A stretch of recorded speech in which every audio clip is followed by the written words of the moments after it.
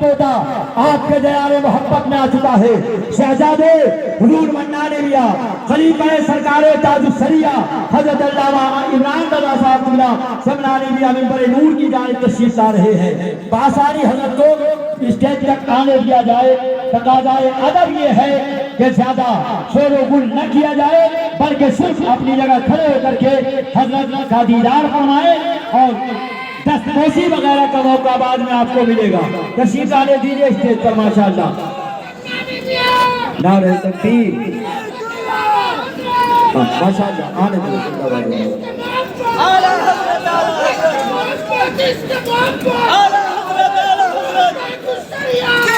जिंदाबाद जिंदाबाद आने दीजिए। अपनी अपनी जगह बैठ जाएं। जो जहां थे बिल्कुल अपनी जगह ले लें। इंतजार की तमाम तर घड़ियां खत्म हो चुकी है। सदर इजलास भी तशरीफ रखते हैं, सरपरस्त इजलास भी आ चुके हैं, खतीब खुसूसी की भी आमद है, शोराए खुसूसी साले खुसूसी नावे जफर अकील साहब भी तशरीफ रखते हैं और ये तमाम मेहमान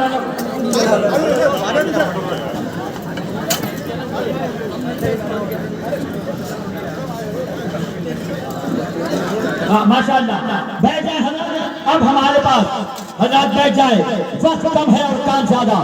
ऐ रज़ा हर काम का ये वक्त है, दिल को भी आराम हो ही जाएगा यकीनन।